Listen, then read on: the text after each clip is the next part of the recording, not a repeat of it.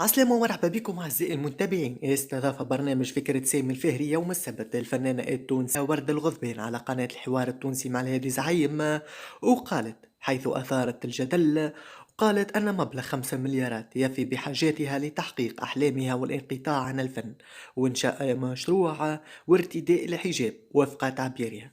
وتابعت وردة الغضبان خلال حضورها في برنامج فكرة سامي الفهري، قالت 5 مليارات نتحجب ونبطل الفن ونعمل مشروع ويزي فيه البركة.